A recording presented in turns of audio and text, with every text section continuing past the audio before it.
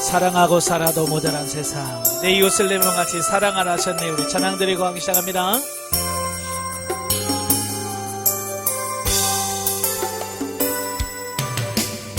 사랑하고 살아도 모자란 세상, 내 이웃을 내 몸같이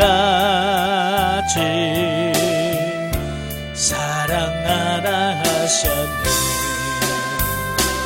나 그러나 나는 왜 아직 사랑하지 못하나.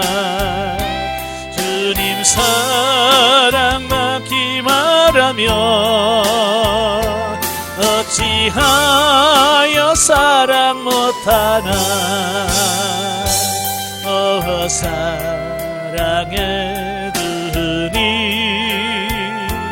나를 사랑하게 하소서. 용서하며 살아도 부족한 세상, 너희 중에 죄 없는 자 돌로 치라 하셨네.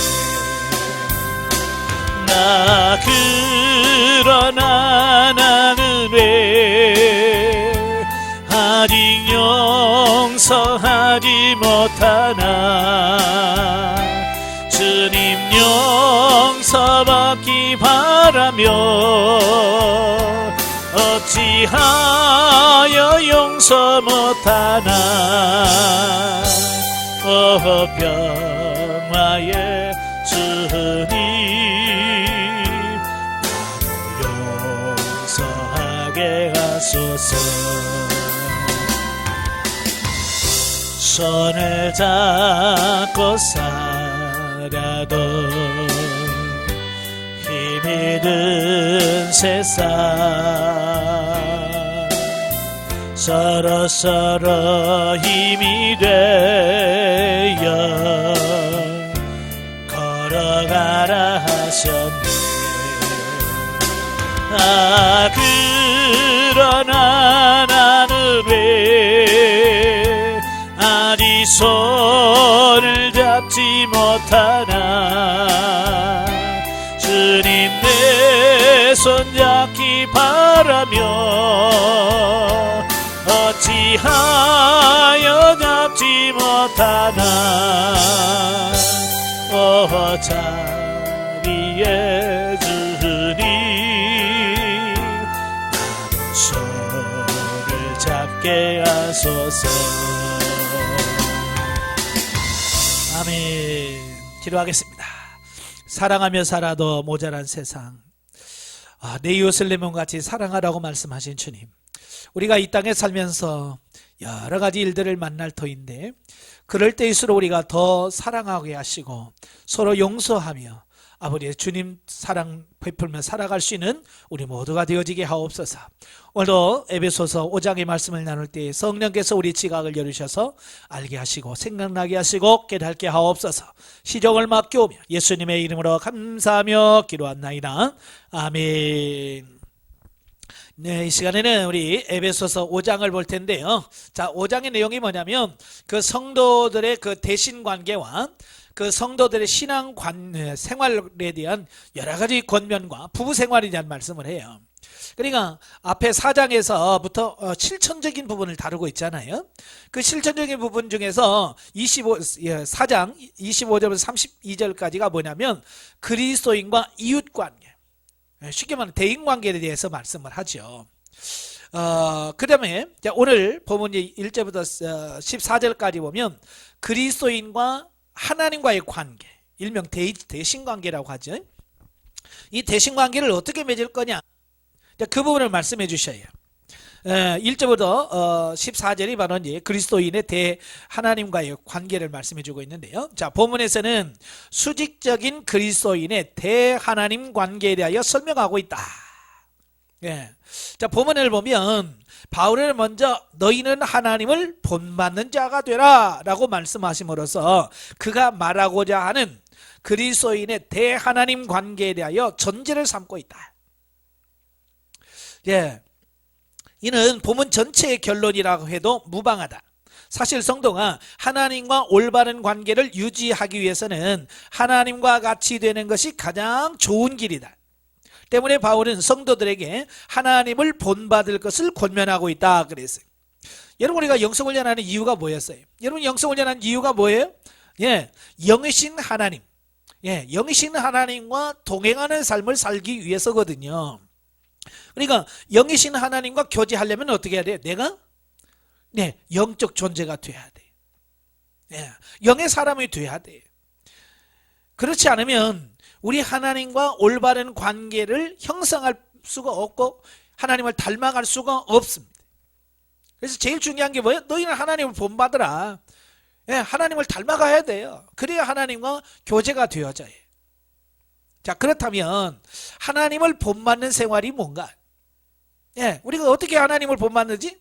예수 이제 본받는다라고 하는 말은 따라 사는 걸 말하잖아요. 아마 우리들도 보면 내가 존경하는 사람이 있으면 어때요? 그 사람을 따라가잖아요. 말하는 거 흉내내기도 하고 행동도 자꾸 행동을 따라서 하려고 하잖아요. 그래서 어떻게 해요? 서로 어떻게 보면 내가 좋아하는 사람을 닮아가게 돼 있어요. 그게 정상인 거예요. 그러니까 우리는 어떻게 해요? 하나님이 어떻게 사셨지? 하나님 어떻게 사셨나를 바라보고 우리도 그렇게 살아야 되는구나. 그래서 예수님이 하나님이 하셨던 것대로 그대로 하는 걸 말합니다. 자, 첫째, 그리스도께서 우리를 사랑하신 것과 같이 우리도 사랑 가운데 거하라는 것이다. 그러니까 우리가 하나님을 본받는데 뭘 본받느냐? 하나님의 사랑을 본받으란 말이에요. 하나님이 어떻게 우리를 사랑하셨는지를 보라고 말이에요. 그래서 하나님은 당신의 독생자 예수님을 우리의 대속물로 내어주시기까지 우리를 사랑하셨으며 예수 그리스도께서는 자신을 희생제물로 하나님께 드려 십자가에 죽으시기까지 하나님의 뜻에 순종하며 우리를 향하신 당신의 사랑을 보여주셨다라는 겁니다. 그러니까 사랑의 그 모델이라고 할까요? 사랑의 최고의 어떤 모형이 뭐냐면 하나님과 예수 그리스도의 사랑이거든요. 이걸 아가페 사랑이라고 그러죠. 전적인 사랑, 조건 없는 무조건적인 사랑을 말합니다. 하나님은 뭐예요? 우리를 위해서 정말 독생자 외아들을 주셨잖아요. 예수님은 이 땅에 오셔서 뭐 하셨어요? 생명까지 주셨어요. 이게 뭐냐? 그게 사랑이라고 말해요. 그게 사랑. 그러니까 이와 같이 성도들도 자기를 희생하여 하나님과 형제를 위하여 봉사해야 한다는 거예요. 특별히 성도들은 본질상 사랑이신 하나님의 형상을 따라 지음받은 하나님의 자녀들이다. 따라서 성도들은 하나님을 본받아 사랑 가운데 행하는 것이 마땅하다라고 이렇게 말씀해 주고 있어요. 참 지금은 세상에서 사랑이란 말을 참 많이 사용해요. 드라마에 사랑이 빠지면 드라마가 안 되고요. 유행가에서 사랑 빠지면 노래가 안 돼요. 그래서 모든 노래나 소설이나 모든 것에 사랑에 다 들어갑니다. 그런데 문제는 뭐냐면 왜 이렇게 사랑을 많은데 사랑이 하는데 왜 세상이 악해져 가고 더 이렇게 메말라 가는가라고 하는 거예요. 그건 뭐냐면 사랑이란 말은 많이 하지만 하나님과 예수님처럼 자기를 희생하는 사랑이 아니란 말이에요. 이기적인 사랑이고요. 자기 중심적 사랑이라는 말, 다시 말하면 희생이 없는 거예요. 희생. 예수님이 그러잖아요. 희생 중에서 가장 큰 사랑 중에 가장 큰 사랑이 뭐냐? 다른 사람으로 내 목숨을 내놓는 거예요. 친구를 위하여 내 생명을 내놓는 것이 뭐라고요? 그게 가장 큰 사랑이라고 그랬어요. 그게 희생이에요. 하나님이 독생자 외아들을 내놓으셨어요. 예수님은 자기 생명을 내놓았어요. 그게 뭐냐? 그게 진짜 사랑이라고 말이에요. 그러니까 하나님을 본받는다라고 하는 말은 바로 하나님이 그렇게 하셨듯이 예수 그리스도께 하셨듯이 우리가 그렇게 어떻게 해요? 하는 거예요. 그게 뭐예요? 그게 사랑인 거예요. 자, 둘째는 불순종하는 죄인의 생활을 버리라는 것이에요. 자, 우리가 보통 이제 거룩이란 말을 많이 쓰잖아요. 하나님은 거룩하다. 레위기에서 보면 내가 거룩하니 너희도 거룩하라 그러죠. 그 거룩하다라고 하는 말은 카도시라고 하는 말인데, 구별됐다는 거, 구별. 예, 확실하게 구별된다고 하는 게 뭐예요? 뭐가 구별돼요? 예, 죄와 어둠과 구별된 거예요, 하나님은. 예, 그래서 하나님이 죄가 없으시잖아요. 그죠? 하나님의 죄가 있어요, 없어? 없어요. 하나님에게는 죄 자체가 없는 거예요. 마찬가지로 하나님이 죄와 구별되어서 살았던 것처럼 우리도 죄와 구별되어서 살아가라, 그 말이에요. 즉 음행과 온갖 더러운 것과 탐욕과 우상 숭배 등의 크고 작은 모든 죄악에서 떠나라 라는 겁니다. 그러니까 우리가 죄 가운데 살면서 하나님, 내가 하나님 닮고 싶어요, 나는 예수님처럼 살고 싶어, 말이 안 된다는 거예요. 예, 죄에서 떠나라는, 죄에서 떠나. 자, 우리는 대체로 눈에 잘 띄는 죄악에 대해서는 주의를 기울임으로써 경계하지만, 눈에 잘 안 띄는 작은 죄악에 대해서는 소홀하기 쉽다. 그러죠? 우리가 큰 죄악에서는요, 그래도 경계하고 조심해요. 그런데 문제는 뭐냐면, 에헤, 이것쯤이야, 이런 건 죄, 이것도 죄인가? 라고 생각을 해. 아주 작은 것들에서 우리가 소리할 때가 있다, 그 말이에요.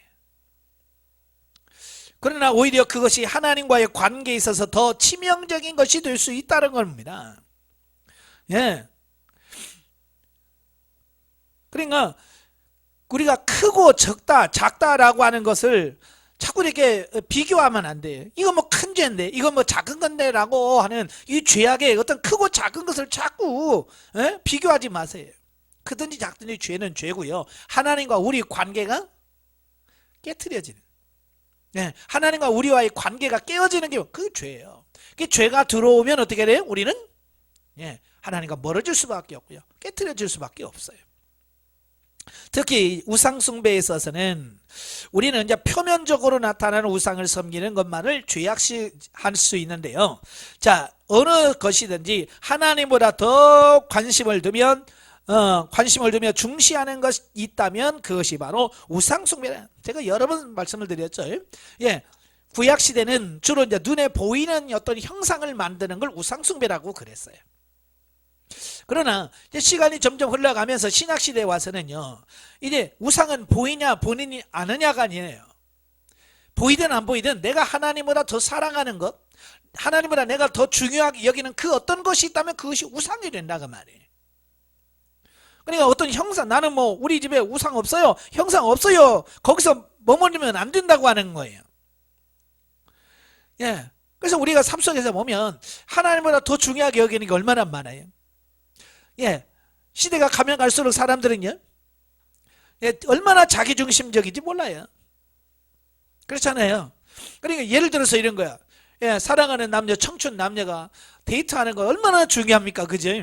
그래서 데이트 하느라고 주일 성수 빠져. 그럼 뭐야? 그 이성 친구가 하나님이 우상이 돼버리는 거예요. 또 어떤 사람은 이거 주일로 나는 출근해야 돼. 예, 출근하는 거, 돈 버는 거 문제가 안 됩니다만은 주일날 출근하는 거, 자, 이런 것도 우상이 될 수 있고요. 그 다음에 주일날 어디 놀러 가는 거, 그 여행이 우상이 될 수도 있고, 어떤 분들은 그래요. 나 애 밥 챙겨줘야 돼. 애 밥 챙겨줘야 돼라는 그 미명하에 우리가 기도 안 하고 예배 안 드린다면 자식은 벌써 뭐가 돼? 우상이 돼버린 거예요. 남편도 마찬가지예요. 남편을 사랑하고 존경해야 돼요. 그러나 그것 때문에 내가 예배를 빠진다? 내가 봉사 못한다? 이것은 벌써 남편이 우상이 됐다는 얘기거든요. 그러니까 하나님보다 더 중요하게 여기는 그 어떤 것이 있다면 바로 우상 숭배다. 이건 보이든 보이지 않든, 어떤 사람은 취미가 우상이 될 수도 있고요, 돈이 우상이 될 수도 있고요. 하여간 하나님보다 더 사랑하는 것 있다면 그 어떤 것이라도 다 뭐예요? 그게 우상이 될 수 있다는 거예요. 따라서 우리는 사단의 유혹에 넘어가 악행을 저지름으로써 불순종한 죄인의 생활을 일삼아서는 안 되며, 이러한 죄악된 생활에서 돌이켜 성도된 자의 마땅히 행할 바인 성결의 생활을 해야 한다. 우리는 하나님의 자녀로서 구별되어진 거룩한 생활을 해야 돼요. 그리고 이러한 세상을 사랑하며 육체의 소욕대로 행하는 자는 하나님의 구원의 은혜를 받지 못할 뿐만 아니라 장차 하나님의 진노의 심판이 이러한 자들에게 임할 것임을 명심해야 한다. 예. 그러니까 하나님보다 더 사랑하는 그 어떤 것을 추구하고 그걸 살아간다면, 예, 이건 생명이 안 된단 말이에요. 구원이 없어요. 구원만 없냐? 아니에요. 거기에 따른 하나님의 심판이 있을 거다. 무섭게 이렇게 경계하고 있다는 것을 기억하시면 좋겠고요. 자, 세 번째, 하나님을 본받는 게 뭐냐? 자, 어두움 대신 빛 가운데 사는 생활을 하라는 것이다. 자, 구원받기 이전의 성도들은 행할 바를 몰라 어두움 가운데 헤매던 자들이다. 그죠? 예, 에베소 2장에도 말씀드렸잖아요. 우리는 죄악 가운데 살아요. 예, 그래서 하나님 앞에 진노의 자녀로 설 수밖에 없어요. 예, 그런데 이제 구원받은 이후는 바뀌잖아요. 우리는 빛의 자녀가 돼요. 하나님의 자녀가 되는 거죠. 그러나 이제 우리는 그리스도의 구원의 은혜로 하나님의 자녀가 되었다. 그 빛 그 자체이신 하나님의 자녀가 된 성도는 이제 더 이상 어둠의 자녀가 아니라 빛의 자녀로서 세상에 대하여 말과 행위로서 빛의 역할을 해야 한다라고 하는 것을 보게 됩니다. 예. 그리고 이러한 빛의 자녀로서 그리스도 안에서 열매 맺는 생활은 성도의 책임이자 의무라는 사실을 기억해야 한다. 예, 그러니까 이런 거예요. 우리가 여전히 하나님의 자녀라고 말하고 하나님을 믿는다라고 말하면서 우리가 어둠에 속한 삶을 살면, 이 사단에 속한 삶을 살면 결국 죽고 썩을 육신의 열매를 맺어요. 그러나 빛 가운데 행하면, 예, 빛 가운데 행하면 성령의 열매를 맺게 되어진다고 말해요. 그래서 우리가 지금 어떤 열매를 맺고 있나, 내가 성령의 열매를 맺고 있나, 육신의 열매를 맺고 있나를 보시면 내가 지금 빛 가운데 사는지 아니면 내가 어둠 가운데 행하는지를 알 수 있다라고 하는 거예요. 예. 그러니까 빛 가운데 산다는 것은 내가 하나님을 본받아 살고 있다 얘기고, 내가 어둠에 있다는 말은 내가 마귀를 따라 산다라고 하는 말과 같은 말이죠. 자, 우리가 하나님의 자녀잖아요. 하나님의 자녀이기 때문에 빛의 자녀예요. 그래서 우리는 하나님을 따라 하나님이 행하셨던 것처럼 우리도 그렇게 살아야 될 책임과 의무가 있다라고 하는 것을 말씀해 주고 있어요. 자, 두 번째 단락을 보면 15절부터 21절까지인데요. 그리스도인의 개인적 생활에 대한 결론적 권면입니다. 바울은 지금까지 그리스도인의 대인관계와 하나님과의 그 대신관계가 어떠해야 되느냐라고 하는 것을 교훈했어요. 그리고 이제 본문에서는 이러한 그리스도인의 개인적 생활에 대한 결론적 권면을 함으로써 실천적 권면의 두 번째 사항을 종결합니다. 자, 여기서 이제 권면에서 권면한 요지는 뭐냐? 혼탁한 세상에서 지혜 있는 자의 생활을 하라. 그러니까 이 대인관계든 대신관계든 이 모든 부분에서 지혜롭게 행하라는 거예요. 지혜를 있는 자. 지혜 없는 자와 같이 하지 말고 지혜롭게 하라는 거예요. 이 지혜라고 하는 말은 소피아라고 하는 말인데요. 분별력, 판단력 이런 걸 다 말하거든요. 그러니까 우리가 세상에 살지만 세상에 휩쓸려서 사는 것이 아니라 우리가 분별할 수 있어야 된다. 어떻게 사는 거냐? 어떻게 사는 것이 지혜롭냐? 자, 여기서 사도 바울은 몇 가지 말씀해 주는데요. 첫째가 16절에 보면 뭐라고 되어 있어요? 시간을 규모 있게 사용해라 그랬어요. 예, 16절 세월을 아끼라 때가 악하니라 그랬어요. 세월을 아끼라. 여기서 세월을 아끼라라고 하는 말은 그 헬라어를 직역하면 이런 거예요. 너희는 시간을 확보하라. 그러면 너희는 시간을 확보하라는 거야. 시간. 예, 그 말이 무슨 말이에요? 시간을 허비하지 말라는 거예요. 그냥 시간을 낭비하지 말고 시간을 확보하라. 근데 여기서 말하는 시간을 확보하는 시간은 뭘 말합니까? 예, 하나님의 말씀대로 뜻대로 사는 걸 말합니다. 선을 행하는 삶을 말합니다. 그러니까 예를 들어서 하루 24시간이잖아요.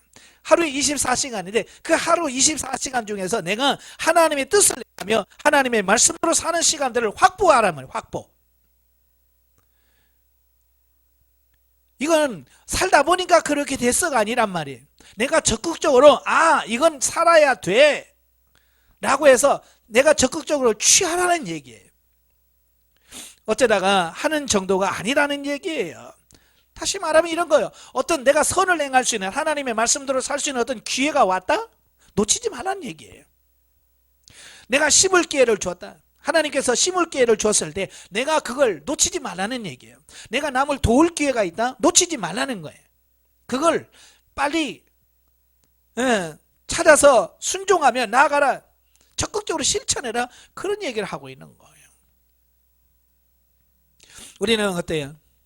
가만히 있어서 가만히 있으면서 모든 게 잘 되기를 바라잖아요. 쉽게 말하면 이런 거예요. 심지 않은 데서 거두기를 원하고 노력하지 않고 뭔가 열매를 맺기를 원하는 것이 우리의 속사람, 속마음이에요. 예, 그건 아니란 말이에요. 분명하게 심은 대로 거두고 행한 대로 받는다고 하는 것이 하나님께서 우리 약속하신 거예요. 그렇기 때문에 우리가 세월을 아껴서 순간순간 주님께서 원하시는 그 삶을 살아드리는 그런 삶이 되어야 된다 그 말입니다. 자, 그럼 두 번째는 뭐예요?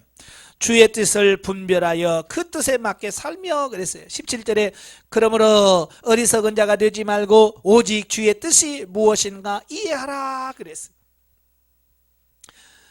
여러분, 주의 뜻을 분별하는 것이 굉장히 중요한 거예요. 이건 시간을 아껴라는 말과도 매우 유사한데요. 자, 이런 거예요.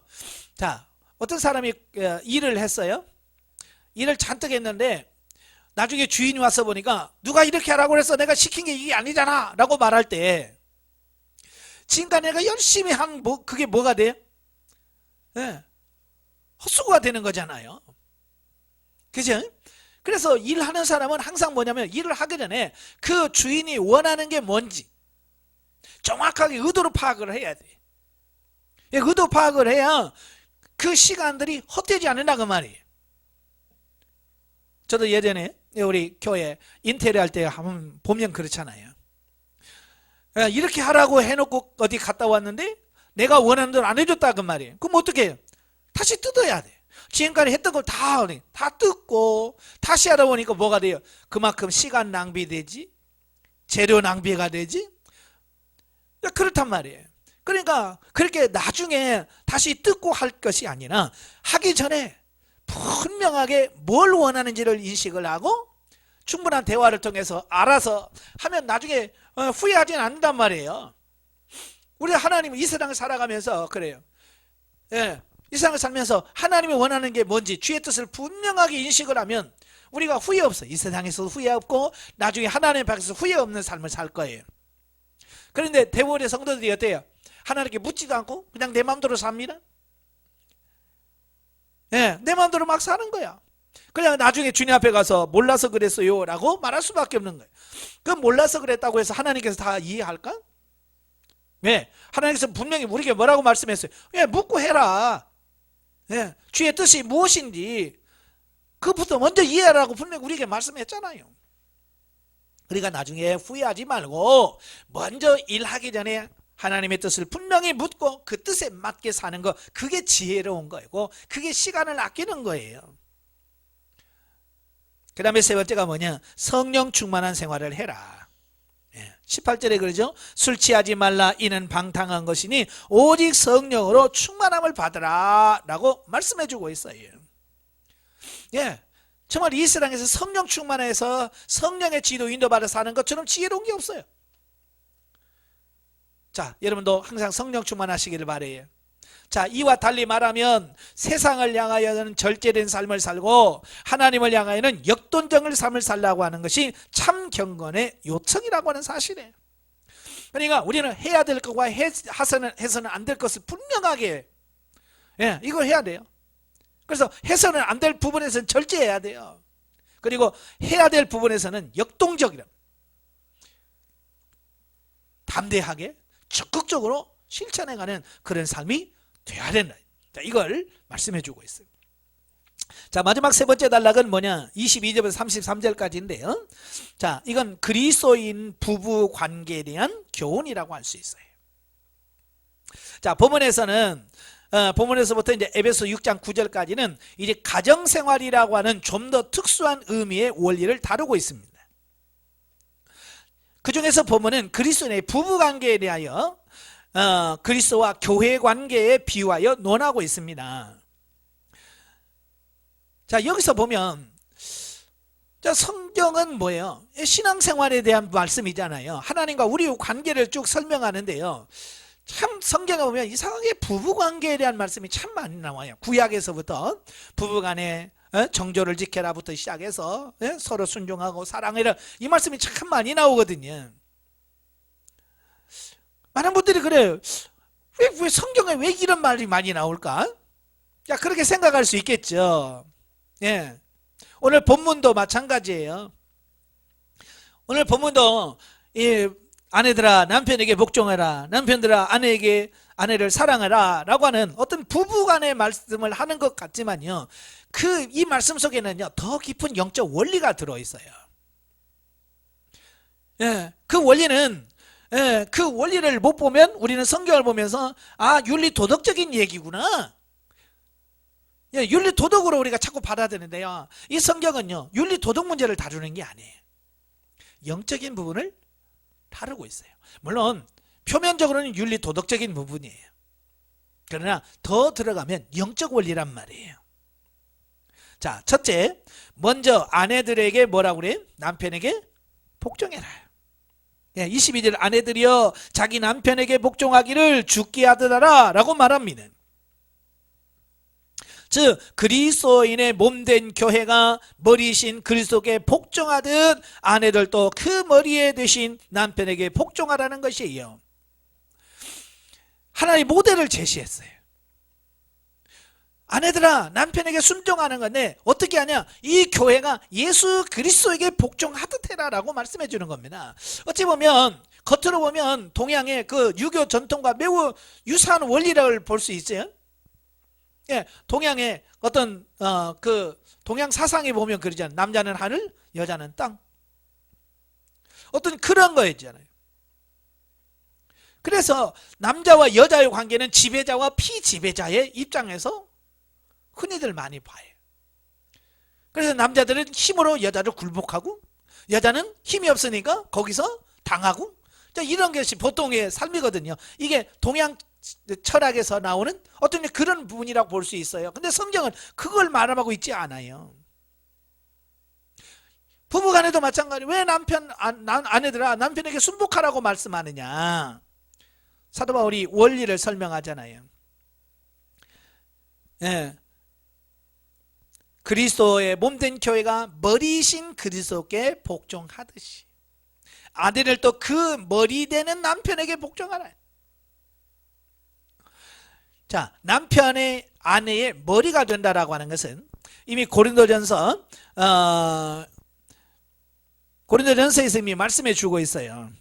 11장 3절이죠. 물론 자, 여기서 남편이 아내의 머리가 된다라고 하는 것은 여자가 남자보다 열등하다는 의미가 아니라, 또 남편에 대한 아내의 복종 역시 일방적이고 맹목적인 복종을 의미하지 않는다라고 하는 거예요.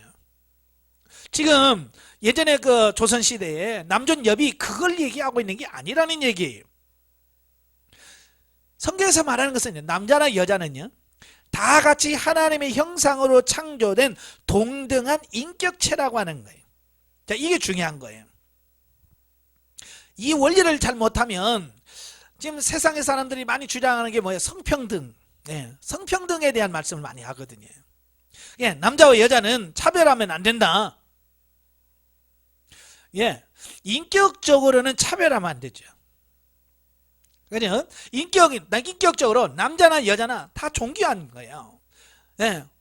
뭐 저울에 따라서 어디가 달리고 뭐 이런 게 아니라 동등하다는 얘기예요. 그러나 기능적인 부분에서는 분명히 다른 거예요. 하나님이 우리 인간을 창조하실 때부터 이미 기능적으로 다른 존재로 만들어놔서 그 기능적인 부분은 평등이 될 수 없어요. 그러니까 남자의 신체 구조나 여자의 신체 구조가 달라요. 보통 남자는 힘을 쓰게 돼 있고 여성들은 우리 처음 창조할 때부터 남자를 돕는 배필로서 역할로 지음받은 존재예요. 그렇기 때문에 처음 하나님이 창조하실 때 목적부터 달라. 예, 그걸 똑같이 하면 안 되죠. 예를 들어서 남자 평등이니까 남자 힘으로 100kg를 짊어진다 했을 때 여자들도 똑같이 100kg 져 어떻게 질 수 있습니까? 달라요. 이건 기능적인 부분에서는 분명히 남자와 여자는 달라요. 그러나 성경에서는 뭐냐면 인격체적인 측면에서는 동일하다. 하나님도 마찬가지예요. 남자라고 우대하고 여자라고 하대하고 그거 아니라면 남자나 여자나 모두가 다 뭐예요? 하나님 앞에서 동일한 생명체. 그걸 말씀해 주고 있어요. 따라서 어떤 경우에도 지배 논리가 성립될 수는 없다는 얘기예요. 예. 여자가 남자를 지배한다든지 또 여자가 남자를 지배한다든지 뭐 이런 거 있어요. 어느 한쪽이 일방적으로 지배하면 안 돼요. 서로 동등한 입장에서 서로를 대하고 존중해라. 그 말씀을 하고 있는 거거든요. 예. 바울은 다만 여기서 창조의 질서 측면에서 남편의 권위에 순복하되 교회가 그리스도께 순종하듯 자발적인 복종을 할 것을 권면하고 있다 그 말이에요. 예, 그러니까 다시 말해서 여성이 즉 아내가 힘이 없고 능력이 없어서 남편에게 순종하라는 말이 아니란 얘기예요. 여러분 힘이 없고 능력이 없어서 남의 말 듣는 것은 이건 비겁한 거예요. 비굴한 거예요. 당당한 건 뭐예요? 네, 힘이 없고 뭘 있어도 내가 그보다도 훨씬 더 능력이 있어도 하나님의 원리에 따라서 저 주는 거 이게 승자예요. 자, 어찌 보면 요즘에 보면 남자들보다 그러니까 남편들보다 아내가 훨씬 더 능력 있는 분들 많아요. 그죠? 예, 돈도 많이 벌고요. 세상에서도 더 출세할 수 있고요. 그럴 수 있습니다. 그렇다고 해서 남자를 지배하고 다스린다? 내가 돈 많이 벌어. 뭐 이런 걸로 다 이거 안 된다는 거예요. 그것은 아무 상관이 없어요. 예. 그저 하나님께서 뭐라고 그래요? 이미 창조 질서 남자가 먼저 창조되었고 그 다음에 여자가 창조되었다. 그래서 여자의 머리는 남자요 남자의 머리는 그리스도요 그리스도의 머리는 하나님이다 라고 이 질서를 하나님께서 정해놓으셨어요. 그래서 우리는 그거에 의해서 우리도 그렇게 해야 된다라고 말씀해주고 있습니다. 그래서 예수님도 보면 본체적으로 하나님과 동등하시다고 그랬잖아요. 그럼에도 불구하고 뭐예요? 죽기까지 하나님의 말씀에 순종하셨대요. 예. 어찌 보면 그렇죠. 어찌 보면 우리 인간적인 어떤 개념에서 보면 그렇잖아요. 하나님이 예수님한테 예수님이 십자가 져야 되겠는데요. 만약에 그럴 때 우리 같으면 어떻게? 아니 왜 내가 져? 왜 나만 그러라고 그래? 얼마든지 예수님은 반대할 수도 있고, 네, 못한다고 할 수도 있어요. 그런데 성경에 보면요, 예수님이 하나님보다 힘이 딸려서 아유 알았어요 내가 해야지 뭐 그게 아니란 얘기예요. 동일한 본체시지만 예수님은 하나님의 권위에 순응하는 거예요. 이유가 없어요. 마찬가지란 말이에요. 이유가 없다는 얘기예요.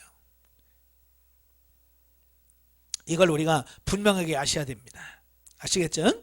자, 둘째는 이제 남편들에게 아내 사랑하기를 그리스도께서 교회를 사랑한 것 같이 사랑해야 된다라고 권면하고 있어요. 자, 교회에 대한 그리스도의 사랑은 자기의 생명까지도 내어주신 무조건적이고 헌신적인 희생적 사랑이다라고 말씀해주고 있습니다. 자, 여기서 우리 이제 남편이 남자인 것을 강조하고, 예? 어떤 사랑을 강요하고 막 하면 만약에 마치 왕이 그 백성들 앞에서 군림하는 것처럼 그렇게 하면 안 된다는 얘기예요. 예, 마치 예수님께서 교회를 위해서 희생해 주셨잖아요. 예수님이 이 땅에 오셔서 우리에게 막 명령하고 해라, 뭐 세금 내 안 했잖아요. 그저 예수님께서 우리를 위해서 도우셨어요. 먹을 것이 없으면 먹을 거 주고요. 아플 때 치유해 주고요. 최후에는 십자가에 못 박혀 죽으신 거예요. 바로 예수님께서 교회를 위해서 그렇게 희생했듯이 남편들은 아내에게 그런 희생적인 사랑을 베풀어야 된다라고 말씀해 주고 있는 거예요. 그러니까 일방적으로 어떤 것을 강요하고 지배하려고 하지 말고 동등한 인격체로서 서로 존중해주며 아끼며 아내를 위해서 희생해야 된다, 이 말씀을 하고 있는 거예요. 사실 남편이 아내의 머리라면 아내는 응당 남편 자신의 몸이 분명하다. 그렇죠? 남편이 아내의 머리라면 머리 입장에서 몸은 아내는 자기 몸이잖아요. 그죠? 따라서 남편들은 아내를 사랑하는 것이 곧 자기를 사랑하는 것임을 알고 그랬어요. 예. 그래서 28절에 보면 그래요. 이와 같이 남편들도 자기 아내 사랑하기를 자기 자신과 같이 할지니 자기 아내를 사랑하는 자는 자기를 사랑하는 것이래. 결국 아내를 사랑하는 사람이 팔불출이 아니라 아내를 사랑하는 것이 곧 자기를 사랑하는 거래. 이거 뭐 누가 손해보고 뭐 이런 게 아니란 말이에요. 예. 근데 우리는 자꾸 뭘 생각을 해요? 그러면 내가 손해보는데? 예, 자꾸 손해본다는 생각을 하는, 그게 아니란 말이에요. 아내에게 하는 것이 곧 나에게 하는 거예요. 그래서 우리는 이 원리를 알아야 돼. 이 원리를 알고 사랑해야 되는데 이 원리를 모르고 그냥 사랑하려고 하다 보니까 나중에 좀 하다가 힘들어 죽겠네. 괜히 영성했다. 뭐 이렇게 말하는 거예요. 예. 그래서 이 원리를 하셔야 돼. 다시 말하면 아내가 남편에게 순종하는 것은 누구를 위한 것이 아니라 자기 자신을 위한 거예요. 반대로 남편이 아내를 사랑하는 것은 누구를 위해서 가는 게 아니라 결국 자기를 위해서 사랑하라는 얘기예요. 예. 그러니까 일방적인 손해나 일방적인 희생을 강요하는 게 아니라고 말이에요. 근데 지금은 뭐 어때요? 보통 보면 일방적이잖아요. 어떤 집을 보면 남편이 왕노를 해요. 또 반대로 어떤 집은 아내가 또 왕노를 하죠. 모든 주권을 잡고 휘두르는, 이건 아니란 말이에요. 이건 성경적인 원리가 아니에요. 서로 존중하면서 하나님이 주신 그 질서를 유지하면서 그러면서도 사랑하면서 가정이 이끌어가는 그런 삶이 되어야 된다라고 말씀해 주고 있는 거예요. 자, 마지막으로 바울은 남편과 아내 그 양자에게 결론적인 권면을 하고 있는데요. 자, 여기서 바울은 창세기 2장 24절의 말씀을 인용해서 그리스도와 교회가 뗄래야 뗄 수 없는 신비한 연합 관계에 있듯이 남편과 아내도 신비한 연합을 이루어 한 몸이 되었음을 강조하고 남편과 아내로 하여금 각자의 본분에 충실하여 서로 존중하고 사랑할 것을 교훈하고 있다, 그 말이에요. 예, 그러니까 남자와 여자는 단순히 어떤 이런 관계가 아니라 바로 영적인 원리, 하나님과 우리 교회, 그리스도와 교회의 관계를 잘 설명해 주고 있고, 이렇게 뗄래야 뗄 수 없는 이런 관계라고 하는 것을 부부관계로 이렇게 비유적으로 설명해 주고 있는 겁니다. 쉽게 말하면 이런 거예요. 예수님 그리스도 없는 교회? 의미가 없죠. 또 성도가 없는 교회? 의미가 없어요. 그리스도와 교회가 같이 있어야 돼. 같이 존재할 때 이게 참 의미가 있는 거야. 부부도 마찬가지예요. 남편 없는 아내? 의미가 없어요. 또 아내 없는 남편? 의미가 없어요. 그래서 이 아내와 남편은 같이 존재할 때 존재감이 있는 거고 의미가 있는 거예요. 그러니까 어느 한 일방적인 어떤 이런 부분이 되어서는 안 된다는 얘기죠. 따라서 남편과 아내, 부부는 협력함으로써 온전한 한 몸을 이름을 알고 존경과 사랑으로 부부관계를 이루어 가야 할 것이다. 예. 그래서 이 부부관계는 단순히 육신적인 어떤 이런 것만을 의미하는 게 아니고요. 영적으로 하나님과 우리와의 관계를 설명해 주고 있습니다. 예. 그러니까 하나님과 우리의 관계를 가장 잘 표현해 줄 수 있고요. 어떤 모형과 그림자로서 우리에게 주어진 것이다 라고 이렇게 볼 수 있어요. 그래서 영성적 대인관계 때 다 말씀을 드렸습니다만은 이런 거예요. 부부간의 관계가 좋을 때 하나님의 관계도 좋아요. 근데 부부 관계가 좋지 않으면 하나님과 우리 관계도 안 좋더라 그 말이에요. 그러니까 이런 거예요. 아내가 남편의 말에 순복하지 않아요. 남편 말은 죽어도 안 들어요. 그래놓고 하나님께서 주님 말씀해 주세요. 순종하겠습니다. 안 된다는 얘기예요. 아내는 남편의 말에 순복할 줄 알아야 결국 그 남편의 말을 듣고 순종하면서 뭐가 되냐? 하나님의 말씀에 순종할 수 있는 훈련과 연단이 되는 거예요. 그러니까 육신의 남편의 말에 남편을 사랑하지 못하고 존경하지 못하면 하나님과의 관계로 안 된다는 얘기예요. 반대로 우리 남자들도 마찬가지예요. 아내를 사랑하지 못하면서, 아내를 사랑하지 않으면서 하나님을 사랑한다? 말이 안 된다는 거예요. 그러니까 하나님을 사랑하려면 먼저 육신의 아내를 먼저 사랑해야 되고, 하나님의 말씀에 순종하기를 원한다? 육신의 남편의 말씀에 먼저 순종해야 돼. 이게 되어져야 영적인 관계도 되어지는 거예요. 그래서 이 원리를 사도 바울은 너무 잘 아셨어요. 그래서 오늘 에베소에서 바로 이런 부분들을 다루고 있는 거예요. 단순히 윤리 도덕적으로 야 부부싸움 하지 마라, 착하게 살아, 이런 것이 아니라 영적인 원리를 가지고 육신적인 부분을 다루고 있어요. 근데 육신적인 것 같지만 결국 영적인 거예요. 그래서 앞으로 이 부부관계가 하나님 앞에서 바르게 세워지는 그런 삶이 되길 바랍니다. 네. 자, 오늘 마지막으로 이제 성경 계시 발전사적 이해를 보시면 부부를 같이 한번 보려고 그래요. 자, 부부라고 하면 우리 국어 사전에 보니까 이렇게 되어 있어요. 부부, 결혼한 남녀로 남편과 아내를 말한다. 그러니까 부부면 남편과 아내를 둘 다를 말하는 거죠. 아까도 말했죠. 남편 없는 아내? 부부 아니에요. 또 아내 없는 남편? 부부 아니에요. 자, 예를 들어서 이런 거죠.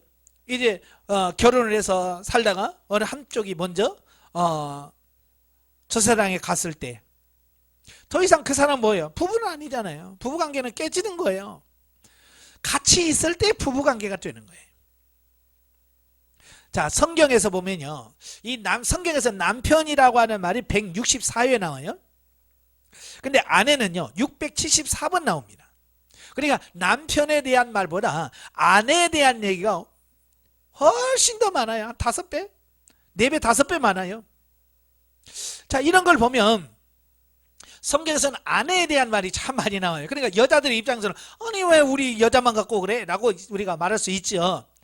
그런데요, 그럴 수밖에 없는 게 영적 원리를 보셔야 돼요. 아까 설명드렸죠.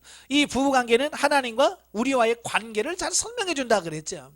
그래서 하나님은 우리의 신랑이시고 우리는 그의 신부예요. 그렇기 때문에 신랑에 대한 말보다는 아내, 성도들에 대한 말이 훨씬 많아요. 그러니까 성경에서 아내라는 얘기는 여자들만 얘기해서 봐서는 안 돼요. 영적인 의미로 우리 남자들도 다 그리스도의 신부잖아요. 그죠? 신부예요. 그래서 그리스도의 신부로서 그 말씀을 같이 받아들일 수 있는 어떤 그런 부분이 중요한 거예요. 자, 이만큼 많이 나오는데 그만큼 부부관계 말씀, 부부에 관한 말씀이 많다는 뜻이죠. 왜 많을까요? 중요하기 때문에 많은 거죠. 네, 중요하기 때문에 많은 거예요. 그래서 이제 계시 발전사적으로 어떻게 이 부부관계가 발전되는가라고 하는 부분을 한번 보면 최초의 성경에 최초의 부부가 나오죠. 창세기 2장. 창세기 2장 18절부터 25절까지 보면 하나님께서 원래는 이제 아담만 창조하셨죠.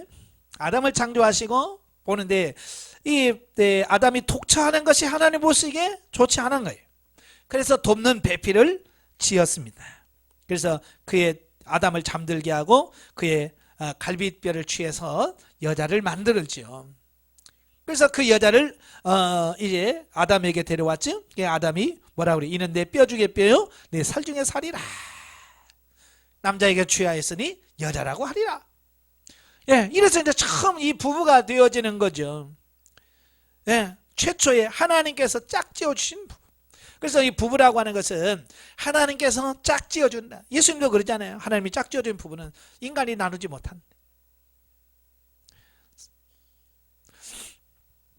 자, 그 다음에 창세기 4장에 보면요, 저 창세기 4장 19절부터 24절에 보면 라멕이라는 사람이 나와요.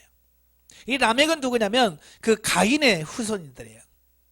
타락한 유기된 백성 가인의 후손인데요. 어찌 보면 가인은 라멕은 두 아내를 맞이하였으니 하나 이름은 아다요, 하나 이름은 실라르였더라. 이게 성경의 기록상 최초의 중혼, 부인 둘을 얻은 사람이 누구냐? 라멕이에요. 원래는 하나님께서는 한 남자와 한 여자를 창조하시고 이 둘이 하나가 되어서 부부라 칭하셨거든요. 그러니까 한 남자와 한 여자가 부부가 되는 거예요. 그런데 이 타락한 인간이 라멕이 육신의 정욕 때문에 뭐예요? 결국 아내를 둘을 얻게 돼요. 그러니까 이 타락을 하면 점점점 뭐가 돼요? 이기적이고 육신적이고요, 정욕적이 되잖아요. 그래서 나중에는 타락한 시대를 보면 항상 나타나는 현상이 중첩제도예요. 예, 우리나라도 조선시대라든지 이런 데 보면 좀 돈 있다, 좀 세도 있다, 그러면 꼭 뭐해서 첩지를 했잖아요. 그죠? 그래서 큰 마누라 작은 마누라 뭐 이런 얘기들이 많았었고요. 자, 그랬어요. 이게 뭐냐? 어떤 타락한 시대상을 그대로 보여주는 거예요. 성경에서 보면 그러잖아요. 시대가 항상 타락하면 뭐가 나와요? 중혼제도가 나와요. 사사시대에 보면 그러죠. 사사시대에 보면 이 사람들이 타락해요. 타락하면 결국 중혼 부인을 둘씩 얻고 셋 얻고 넷 얻고 그래요. 특별히 이제 사사기 마지막 보면 레인이 둘 나오잖아요. 예, 거기 다 뭐야? 중혼제도예요. 처불하다. 그건 그만큼 그 시대가 타락했다라고 하는 것을 보여주는 거예요. 자, 그 다음에 이제 레위기를 보면 레위기 18장부터 20장까지를 보면 거의 석 장에 걸쳐서 많은 이야기를 하는데 그 중에서 뭘 가장 많이 다루고 있냐면 부부간의 정조와 성적 타락에 대한 경고가 많습니다. 그러니까 가나안의 가정한 풍속을 쫓지 마라 라고 말씀하시면서 근친상간에 대한 말씀을 하죠. 그 다음에 동성연애 얘기하죠. 그 다음에 짐승과의 수간을 얘기하죠. 예, 뭐 그런 쭉 그 얘기를 계속 합니다. 20장까지. 예? 이렇게 길게 왜 이런 이야기를 할까? 바로 이것은 굉장히 중요한 얘기이기 때문에 그래요. 아까 설명드렸죠. 부부관계는 하나님과 우리와 관계를 예표한다고요. 그래서 이 관계가 잘 돼야 돼요. 그래서 하나님께서는 어떻게 하는지 이 부부 사이에 죄가 타락이 들어오지 않도록 경고하고 있는 거예요. 예. 부부 사이에 이런 성적인 타락이 오면 어떻게 돼요? 당연히 부부 사이가 안 좋겠죠. 이혼이 들어가고요. 그러면 하나님과 우리 관계가 깨지는 것을 말하거든요. 그래서 부부간에는 서로 정조를 지키고 타락하지 않고 사랑하기를 원하셨다라고 하는 것을 보여주는 거예요. 이 관계를 정확하게 잘 보여주는 게 이제 예레미야서예요. 예레미야 31장 31절 34절에 보면 특별히 이제 32절에 보면 그러죠. 이 언약은 내가 그들의 조상의 손을 잡고 애굽 땅에서 인도하여 내던 날에 맺은 것과 같지 아니할 것은 내가 그들의 남편이 되어서도 그들이 내 언약을 깨트렸음이라 그러죠. 분명히 하나님 뭐라고 그랬어요? 이스라엘에게 내가 그들의 남편이 되었다. 하나님이 이스라엘 백성의 남편이 되었다라고 말씀합니다. 바로 영적인 부분을 정확하게 말씀해주고 있는 거예요. 그러니까 예레미야는요, 구약시대에 살고 있지만 이 신약시대에 이 부분을 명확하게 이해한 정말 영적으로 깨어있는 사람이에요. 예. 바로 그래서 그는 하나님과 우리의 관계를 이렇게 부부관계로 남편과 아내의 관계로 설명해주고 있다라고 하는 것을 보게 되어집니다. 그래서 우리 이스라엘 백성들이 언약을 어기면 하나님의 심판을 받고 징계를 받게 된다. 자, 이걸 말씀해 주고 있습니다. 자, 그 다음에 이제 말라기서 2장을 보시면, 말라기 2장 10절부터 16절을 보시면, 여러 가지 이야기를 하시는데요. 자, 특별히 이제 15절에 보면 그래요. 그에게는 영이 충만하였으나 오직 하나를 만들지 아니하셨느냐. 어찌하여 하나만 만드셨느냐. 이는 경건한 자손을 얻고자 하심이라. 왜 이런 말 하냐면, 말라기 시대도 영적으로 굉장히 타락한 시대예요. 그러다 보니까 이혼이 많이 나는, 젊었을 때 얻은 아내를 그냥 쫓아내는 거야. 마음에 안 든다는 이유로 그냥 쫓아내고 이혼하고 갈라서고 이런 게 너무 흔한 거예요. 그런데 그걸 지적하면서 내가 어렸을 때 취한 아내를 쫓아내지 마라, 버리지 말라라고 말씀합니다. 그러면서 뭐라고 그래요? 그에게는 영이 충만하였으나 오직 하나를 만들지 아니하셨느냐. 여기서 영이라고 하는 게 뭐예요? 사람을 지을 수 있는 영을 말합니다. 사람의 영을 말해요. 다시 말하면 태초에 하나님이 인간을 창조하실 때에, 아니 영이 없어서 아담 혼자 만들었을까요? 아니면 사람 더 만들 영이 없어서 하와 한 사람만 만들었겠냐? 바로 이런 거예요. 하나님은요, 능력이 안 하시기 때문에요, 수만 명을 만들 수 있는 거예요.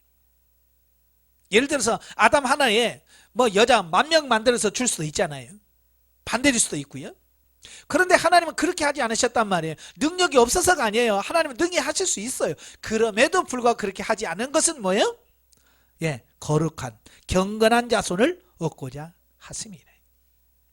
경건한 자손을 얻기 위해서 하나님께서 그렇게 하셨다는 얘기예요. 쉽게 말하면 이런 거예요. 내가 능력이 없어서 부인을 하나만 얻는 게 아니란 얘기예요. 하나님 앞에서 경건하게 살기 위해서, 하나님 앞에서 진실하게 살기 위해서 그렇게 하는 거지. 예나 지금이나 많은 사람들은 이 첩을 많이 두면 능력이라고 그랬거든요. 그래서 첩만을 능력이 많네. 여러분, 그게 능력이 아니에요. 능력은 뭐냐? 내가 많은 아내를 얻을 수 있지만 그걸 포기하고 한 아내만을 사랑할 수 있는, 그게 진짜 능력이에요. 우리가 분명히 하셔야 돼요. 그렇게 한 이유는 경건한 자손을 얻으려고 하는 거예요. 그래서 하나님께서 아담 한 명에 하와 한 명을 지으시고 이 둘을 부부로 인쳐주시고 그 둘을 통해서 자녀들을 양육하면서 경건한 자손을 얻기를 원하셨다, 그 말이에요. 그 다음에 마태복음 5장에 보면 예수님께서 산상수훈에서 말씀을 합니다. 5장 27절부터 보면, 가늠하지 말라 하셨다는 것을 너희가 들었으나 나는 너희에게 이르노니 음욕을 품고 여자를 보는 자마다 마음에 이미 가늠하였느니라. 만일 오른 눈이 쭉 말씀하시고요. 31절에 또 일렀으되 누구든지 아내를 버리려거든 이혼 증서를 줄 것이라 하였으나 나는 너희에게 이르노니 누구든지 음행한 이유 없이 아내를 버리면 이는 그로 가늠하게 하며 또 누구든지 버림받은 여자에게 장가가는 것도 가늠함이니라. 예수님 당시에도 많은 사람들이요 서로 이혼 많이 했어요. 그만큼 그 시대로 타락했다는 얘기예요. 그러니까 그걸 쭉 하면서 그러지 마라.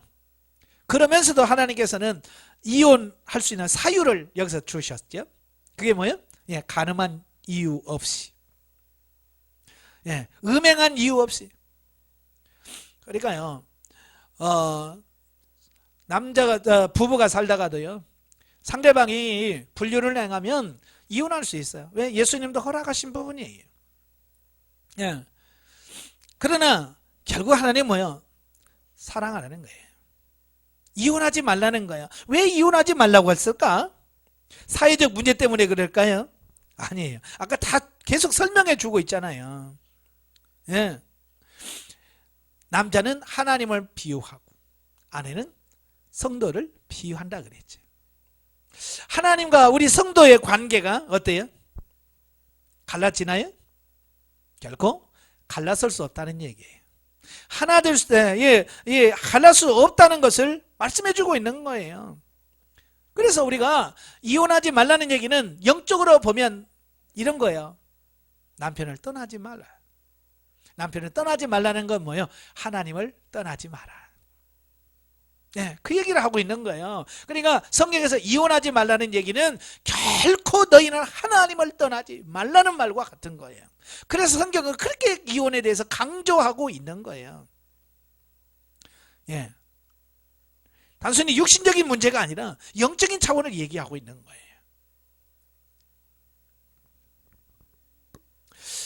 자, 그 다음에 에베소서 5장. 자, 오늘 본문에 보면 에베소서 5장 22절부터 30절에 보면 33절까지 보면 아내들이여 자기 남편에게 복종하기를 주께 하더라 라고 말씀하죠. 아까 설명드려서 이건 뭐냐, 영적 원리를 설명하는 거였어요. 영적 원리. 그냥 단순히 부부관계만 얘기하면 그냥 그 한 절씩만 하면 되잖아요. 아내들아 남편에게 복종해라, 또 남편들아 아내를 사랑해라, 여기까지만 나와야 되는데 하나님은 거기서 끝나는 게 아니라, 거기까지 나왔다면 윤리도덕적이지. 그런데 바로 뒤에 나와요. 뭐라고 나와요? 23절에 보면, 예? 22절 끝부분에 주께 하듯 해라. 이는 남편이 아내의 머리됨이 그리스도께서 교회의 머리됨과 같이니니. 바로 부부 얘기하면서 바로 교회하고 그리스도 얘기를 하고 있는 거예요. 28절도 마찬가지예요. 이와 같이 남편들도 자기 아내 사랑하기를 자신과 같게 할지니 자기 아내를 사랑하는 자는 자기를 사랑하는 것이라 라고 말씀하시죠. 예. 25절 봅시다. 24절 25절. 그러므로 교회가 그리스도에게 하듯 아내를 또 범사에 자기 남편에게 복종할지니라. 남편들아 아내 사랑하기를 그리스도께서 교회를 사랑하시고 교회를 위하여 자신을 주심같이 하라. 야, 그냥 남편들 아내 사랑하라라고만 말하지 않고 그리스도가 교회를 위해서 자기 생명을 바쳤듯이 하라. 이건 뭐래요? 단순히 윤리 도덕을 말하고 있는 게 아니라 영적 원리를 설명하고 있다는 얘기예요. 그러니까 이 원리를 알아야 이 부분을 알지, 그걸 모르면 우리는 단지 윤리 도덕적으로밖에 이 본문을 이해할 수 없다는 얘기. 자, 그 다음에 이제 베드로전서 3장. 네, 베드로전서 3장을 보면 3장 1절부터 7절까지 보면 에베소서 말씀과 매우 유사한 말씀이 나와요. 아내들아 이와 같이 자기 남편에게 순종해라 그러죠. 예, 7절에 보면 남편들아 이와 같이 지식을 따라 너희 아내와 동거하고 그를 더 연약한 것이요 또 생명의 은혜를 함께 이을 자로 알아 귀히 여기라. 자, 이렇게 말씀하시죠. 자, 그러면서도 3절 4절이 중요한 거예요. 왜 아내들이 남편의 말에 순복해야 되나? 3절 너희의 단장은 머리를 꾸미고 금을 차고 아름다운 옷을 입는 외모로 하지 말고 오직 마음에 숨은 사람. 이 마음에 숨은 사람 뭘 말해요? 우리 영을 가리키는 거예요. 영. 예, 영을 온유하고 안정한 심령에 썩지 아니할 것으로 하라. 이는 하나님 앞에 값진 것이니라. 쉽게 말하면 이런 거예요. 아내가 남편의 말에 순복하는 것은 결국 자기 영혼을 단장하는 거다. 또 7절에 남편이 아내를 사랑하는 것이고 자기 영혼을 단장하는 것 같다. 자기 영혼을 아름답게 꾸미는 거야. 신부 단장하는 거 같다는 얘기예요. 그러니까 부부 관계가 영적인 것과 별개가 아니라 연합, 하나란 얘기예요. 결국 같다는 얘기예요. 자꾸 우리는 이 부부 관계와 영적인 관계를 자꾸 떼려고 그래. 상관없는 것처럼 얘기하죠. 그래서 집에서 실컷 싸워요. 막 치고받고 싸우다가 교회 와서는 헤이 하고 웃는 척한다. 이건 아니란 말이에요. 이건 원리를 무너뜨린 거예요. 그래서 이 원리를 정확하게 알고 눈에 보이든 누가 보든 안 보든 서로 사랑하고 존경하고 아끼고 희생하는 어떤 그런 부분이 이어져야 돼. 왜 그걸 강조하느냐? 결국은 말씀하려고 하는 게 성경 전체에서 부부 얘기하려고 하는 것은 결국 뭐예요? 예, 요한계시록 19장 6절부터 10절까지예요. 거기 보면 이제 하나님과 어린 양의 혼인잔치가 이루어지죠. 그죠? 7절에 보면 우리가 즐거워하고 크게 기뻐하며 그에게 영광을 돌리세. 어린 양의 혼인 기약이 이르렀고 그의 아내가 자신을 준비하였으므로 그에게 빛나고 깨끗한 세마포 옷을 입도록 허락하였으니 이 세마포 옷은 성도들의 옳은 행실이로다 그랬어. 예. 어린 양이 누구예요? 예수 그리스도입니다. 예수 그리스도가 신랑입니다. 우리 성도들은 다 그의 신부예요. 신부가 어떻게 해요? 다 준비하고 가야 돼요. 아름다운 옷을 입고 가야 됩니다. 세마포 옷을 입어야 됩니다. 그 세마포가 뭐라고요? 예, 성도들의 옳은 행실이라는 거예요. 옳은 행실이라는 게 뭡니까? 예, 부부관계에서 서로 사랑하고 진실하게 사는 걸 말합니다. 그래야 내가 어린 양의 신부로서, 그리스도의 신부로서 부족함이 없이 하나님 앞에 서는 거예요. 그래서 우리는 여행 연습하는 거예요. 우리 육신의 부부관계는요, 바로 이 어린 양의 신부가 돼서 예수 그리스도와 영적인 관계를 맺도록 하기 위한 여행 연습이에요. 연습이에요.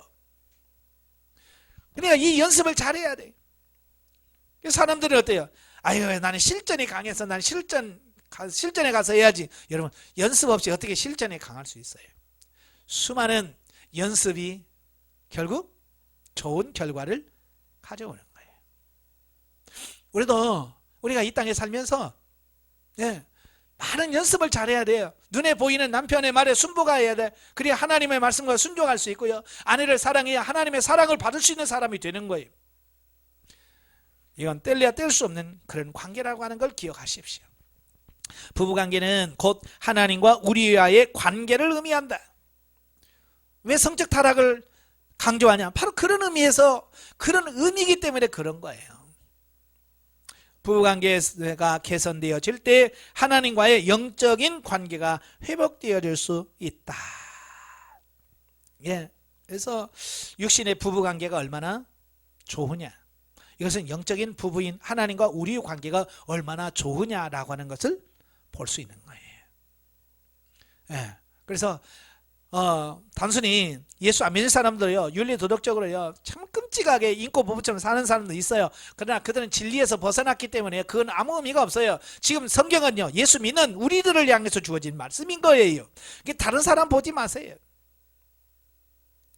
바로 하나님 앞에 선 우리, 그래서 하나님 앞에서 진실하고 하나님 앞에 바로 서도록 위해서 우리가 최선을 다하고 사랑하고 존경하고 순종하고 그래야 될 줄로 믿습니다.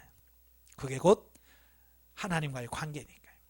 기도하겠습니다. 은혜로우신 아버지 감사합니다. 오늘도 하나님의 귀한 말씀을 들었습니다. 우리가 이 땅에 살면서 부부로서 오랜 세월을 살아갑니다만은 이런 영적 원리를 모르기에 때로는 지배하고 때로는